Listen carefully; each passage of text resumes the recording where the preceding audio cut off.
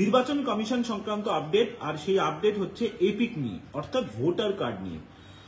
আপনারা যারা ভোটার কার্ডের জন্য আবেদন করছেন তাদেরকে নতুন কি নিয়মে ভোটার কার্ড বা এপিক দেওয়া হবে তা আপনাদের বেশ কিছুদিন আগেই জানিয়েছিলাম যে এবার ডাক বিভাগ থেকে সরাসরি আপনাদের কাছে এপিক পৌঁছে যাবেন যারা এপিকের জন্য আবেদন করেছেন। অর্থাৎ আগে যে নিয়মে এপিক পৌঁছাতো বা ভোটার কার্ড পৌঁছাতো সেই নিয়মে আর ভোটার কার্ড বা এপিক পৌঁছাবে না। এবার থেকে এপিক সরাসরি ডাক বিভাগ থেকে আপনাদের কাছে স্পিড পোস্টে চলে যাবে।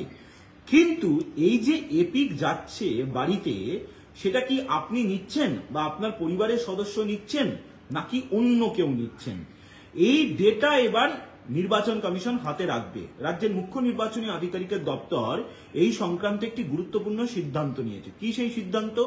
না, এপিক কে রিসিভ করছে, অর্থাৎ ডাক বিভাগ থেকে যখন এপিক আপনার বাড়িতে বা আপনার দেওয়া নির্দিষ্ট ঠিকানায় যাচ্ছে, তখন সেই এপিকটি কি আপনি নিচ্ছেন নাকি আপনার হয়ে অন্য কেউ নিচ্ছেন? যিনি নিচ্ছেন তিনি তো সই করে নিচ্ছেন, সেটাই কে সই করে নিচ্ছেন সেটাই ছবি সহ ডিজিটাল এভিডেন্স আকারে রাখবে রাজ্যের মুখ্য নির্বাচনী আধিকারিকের দপ্তর।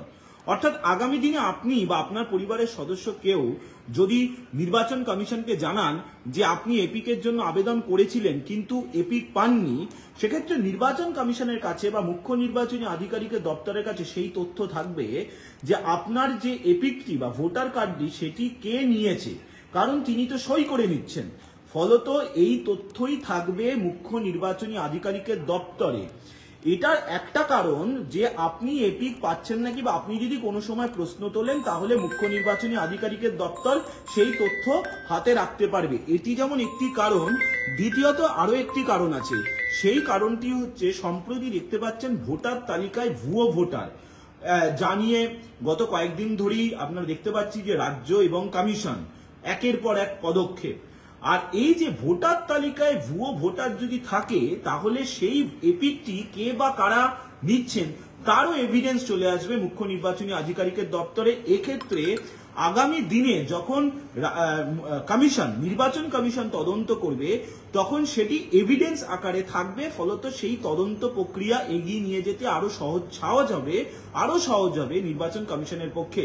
মূলত এই বিষয়গুলির কথা মাথায় রেখেই এবার এপিক নিয়ে এই বড় সিদ্ধান্ত নির্বাচন কমিশন নিয়েছে, মুখ্য নির্বাচনী আধিকারিকের দপ্তর নিয়েছে। ইতিমধ্যেই 1 সেপ্টেম্বর থেকেই এপিক সরাসরি ডাক বিভাগ থেকে আপনাদের কাছে চলে যাবেন, ইলেকটোরাল রেজিস্ট্রেশন অফিসার মারফত আর যাবে না, যেটা আপনাদের আগেই জানিয়েছিলাম। আর এবার এপিক নিয়ে আরো একটি সিদ্ধান্ত যে আপনার এপিকটি বা ভোটার কার্ডটি কে নিচ্ছেন, আপনি নিচ্ছেন না অন্য কেউ নিচ্ছেন, সেই তথ্য ডিজিটাল এভিডেন্স আকারে নির্বাচন কমিশনের কাছে থাকবে। আপনি বা যে কেউ যদি আগামী দিনে কোনো প্রশ্ন তোলেন, অভিযোগ করেন, তাহলে সেই তথ্য দেখাতে পারবে মুখ্য নির্বাচনী আধিকারিকের দপ্তর। আপনারা অবশ্যই নিউজ 18 বাংলা ফেসবুক পেজে নজর রাখুন যাবতীয় খবরের আপডেট জানার জন্য।